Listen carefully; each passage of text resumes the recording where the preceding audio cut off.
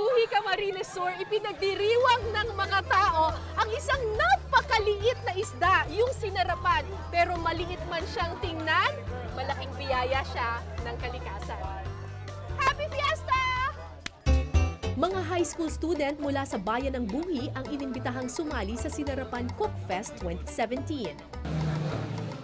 Ganon ang purpose para mabigyan namin ng pagkakataon yung mga bagong generation na ipakita sa amin kung paano ang mga bagong paraan sa pagluluto ng sinarapan. Ang maliliit na isdang ito, ang pinakamalaking yaman ng bayan ng Buhi dito sa Bicol. At ngayong piyesta dito sa Buhi, syempre, anong bibigyan nila ng pugay kundi ang espesyal na sinarapan. Ready na kayo, kids? Ready! Let's go!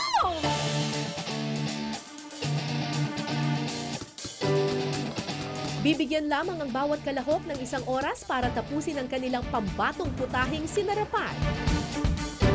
Malaking porsyento ng criteria for judging ang economic and nutritional value. Para raw masigurong abot kaya ng budget at masustansya ang ihahaing putahe ng mga kalahok.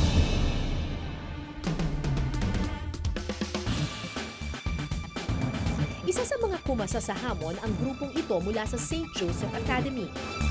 Ang naisip nilang ipanlaban, sinarapan fresh lumpia. Usually, kapag fresh lumpia, ang ginagamit is ubod. Diba? Pero bakit ito ngayon, ang gagamitin ninyo is potatoes? Bali po, iniba po kasi namin talaga yung twist para maiba naman po siya kagaya ng common na puro na lang. Ito mukhang masarap. Mukhang vegetable dish ang gagawin nito kasi may nakikita akong carrots, sayote, patatas, malunggay. Anong gagawin ninyo? Mukhang vegetable dish. Ano po? Spicy veggies, sinarapan lumpia. So parang vegetable lumpia.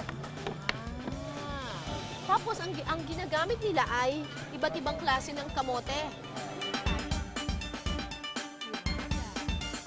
Very interesting din yung dish nitong school nito, yung Santa Justina National High School. Kasi kinumbine nila ang isang very, very Filipino ingredient like sinarapan with a Chinese dish.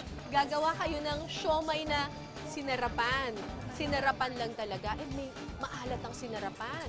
Actually, hindi naman po siya maalat. Tsaka nilalagyan po namin ng lemon para tanggal ng lansa. Okay. Hindi naman siya maalat. Ang iluluto nitong mga batang ito ay sinarapan in potato boat. At dahil syempre sobrang liit ng sinarapan na isda, sobrang liit din ng patatas nila. Baby potatoes. Ano iluluto ninyo? Sisig po. Sisig sinarapan. Ang pinakaparang karne ninyo, yung sinarapan. Interesting. So, ito naman, meron silang dahon ng gabi. Ano po ba yung gagawin ninyong dish? Pinangat na sinarapan. Pinangat na sinarapan. So ito yung pambalot ninyo sa pinangat. Ang grupong mananalo sa kompetisyon mag-uuwi ng 3,000 pesos cash. 2, 1, hands up! Inimbitahan ako para maging isa sa mga judge ng Cook Fest. Kasama ko sa hanay ng mga hurado ang mga nutritionist at culinary experts mula sa Buhi.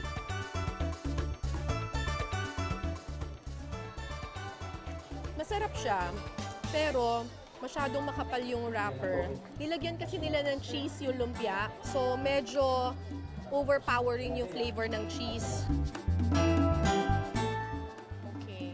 Ang ganda ng presentation nila. Tapos bagay pa yung boat kasi sinarapan, isda, nasa boat. Maanghang kaya to. May salad na kasama. This is very healthy. Tapos may salad pa siya. Ang galing naman ng presentation nila. Taste it.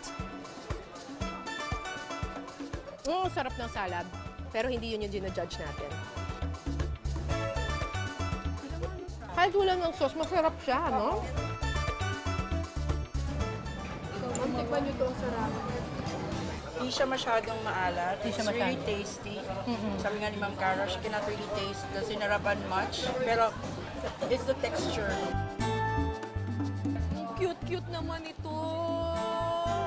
Ang ganda-ganda ng presentation. Isa to sa mga pinaka-favorite kong presentation. Paano ba ito kinakain? I dip it here. Ay, ang sarap. Ang sarap. It's very good. At saka napaka-original nung idea na ang pambalot nila ay gabi. Sarap. Anong tingin niyo, ma'am? Yan ang tunay na lasa ng sinarapan. Ito yung tunay na lasa ng sinarapan. And last but not the least, pulutan.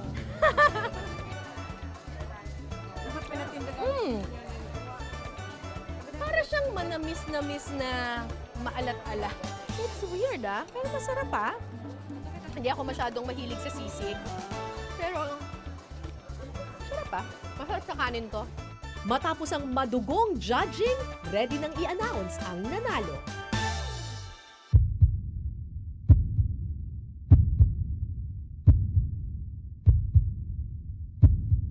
For the second place, Cambo National.